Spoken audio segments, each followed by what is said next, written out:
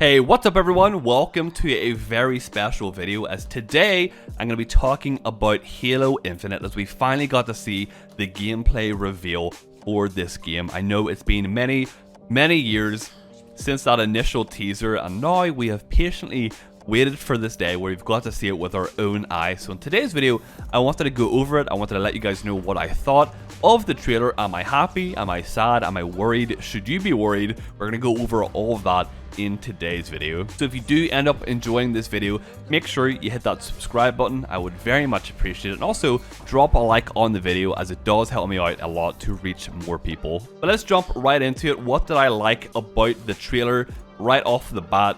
Chief's armor is incredible. I am so happy with how the Master Chief is looking in this game. You know, obviously the Chief always looks amazing because it's the Chief, but in this game I really feel like 343 have nailed the design of Chief's armor. He looks like a walking tank. He looks like such a beast. We even got like a really badass trailer seeing how the armor is made, so I just have a deep appreciation for the armor.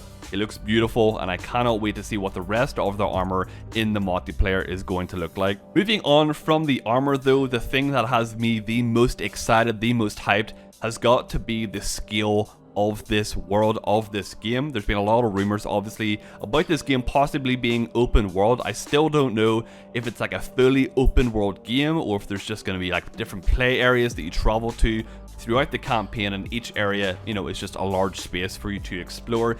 Either way, that has me very excited. It's been described as several times larger as the previous two Halo games combined, so this is going to be unlike any other Halo game that we've ever played before when it comes to exploration and just freedom of player choice, which I am all for. I feel like whenever I was younger, when I first played Halo, I would look out at the mountains in the distance in Halo 3 and just think to myself, I wish I could just go explore those or see what's over there. Well, in this game, apparently if you can see that, you can go and explore it. You know, nowhere is off limits. You can go and explore whatever it is that you can see. So that alone has me just so hyped. I'm so ready for this. As well as that, we got to look at the in-game map to give us an idea of just how big the area is. It also gives a really nice scale, but we saw a lot of different markers around the map that gives us indications that there's going to be different little side missions to do along with the main, you know, mission itself. So the idea of having a main mission, but there's like maybe a squad of Marines or something that are stranded that need your help. You can go off your main mission,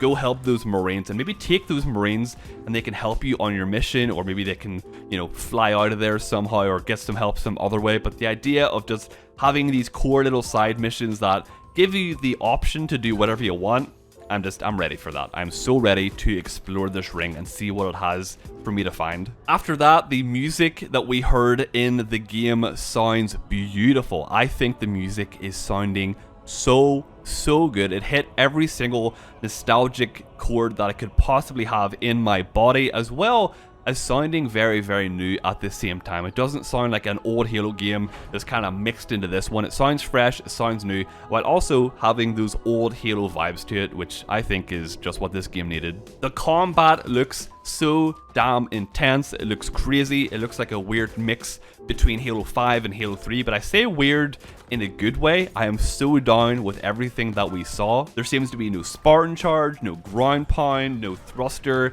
and to be honest with you, I'm cool with that. I'm perfectly fine with that. Of course, the addition of sprint is something that will be upsetting to some people. Sprint is a bit of a hot topic in the Halo community. I'm personally very much in the middle. I don't mind if sprint exists or if it doesn't, as long as the game is fun, then I'm cool with it. But the grapple shot absolutely caught my attention. The grapple is going to lead to so many insane gameplay moments in the sandbox. I think the sandbox of this game is going to be wild because equipment is back in multiplayer. The equipment that you find in the game is going to work differently, so you have it in the campaign, but in multiplayer it's like a pickup, so just like equipment in Halo 3, which I think is perfect. The idea of seeing a Banshee in the air and maybe grappling up to the Banshee or pulling a fusion coil towards you and throwing it at a grunt flying through the air.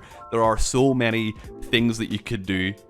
So many things. I'm so ready to explore and just find out what the sandbox of this game has to offer. As well as the combat, we also got our first look and listen to the Warthog. In my opinion, the Warthog not only looks great, but it sounds incredible. The engine sounds so guttural and just really intense, which I think is cool. It also looks like the driving has changed a little bit in this game. It looks a little bit more arcadey compared to other Halo games, and by arcadey, I just mean more fun. I don't know how else to describe it, but the way that you drift it around, the way you take it over jumps, and the way it kind of bounces on the suspension when it hits the mud, it all looks really, really fluid. So I cannot wait to see more of the Warthog and also other vehicles in the game. Hopefully there's a wide selection of them. The wildlife also has me very, very excited. Of course, we got our first look at the wildlife in the 2018 trailer, but you know, in this one we got to see a few smaller animals walking about and the birds in the sky. But the idea of this being a living world, a living ring that you can explore, has me pretty damn excited to see what else we can find out there. The enemy variety that we saw in this one little gameplay segment was crazy. We got to see grunts, we got to see brutes, we got to see elites and jackals. So all these different enemies constantly roaming about this area trying to take us down is going to be so much fun, because I feel like the combat will not get old, it won't get boring quickly, because you're going to have so many different enemies to try and fight and take down at any given moment. And the final thing in what I really, really loved from this trailer has got to be Escharum, the new villain, the brute that we saw at the end. He sounds badass, he looks badass, and the speech, the dialogue that he gave me absolute chills. I have listened to that so many times, and I am just ready to get into a fight with him. I'm ready to get into this campaign and take him on. I think it's truly a match for the Master Chief, this old brute that just wants one final fight before he is done. It just has me very excited. I am very, very intrigued by Escharum. Set a fire in your heart, Spartan! Bare your fangs! Fight hard! I will. Now, we're going to move on to the negatives of this trailer, because, you know, not everything in life is sunshine and rainbows. There are some things that I wasn't a huge fan of, so we're going to talk about that. So a big issue that a lot of people have been having with the gameplay reveal have been the graphics. I had massive expectations for this game. Obviously, the Series X has been marketed as the most powerful console of all time, and then what we were met with was not something that I feel like lived up to that massive title. Whenever I first watched it, I didn't really think too badly of the graphics, but as I've reviewed it a few more times, I've noticed a few things that I am not super happy with that definitely need to be looked at before release. For example, the assault rifle looks incredible, but the textures on it do not do it any kind of justice. It needs to look more lived in or used or scratched up, something to make it look a little bit more realistic, something that, you know, the Master Chief has actually been using. You know, if you're gonna kill a million grunts with an assault rifle, it's gonna have a couple scratches on it. So the AR needs some work. For example, a few of the other weapons also look a little bit flat. Some people think that's all down to the lighting. There's also been people saying that this is an old build that, you know, is months and months old. I don't know if that's been confirmed or not, or if that's just a rumor, but either way, this demo definitely had some graphical issues going on. But to give you a bit of a light at the end of the tunnel, I'm going to show you an image of the Gears of War 5 beta versus retail. This is a great example before everyone is like, the game is doomed, it's going to look awful.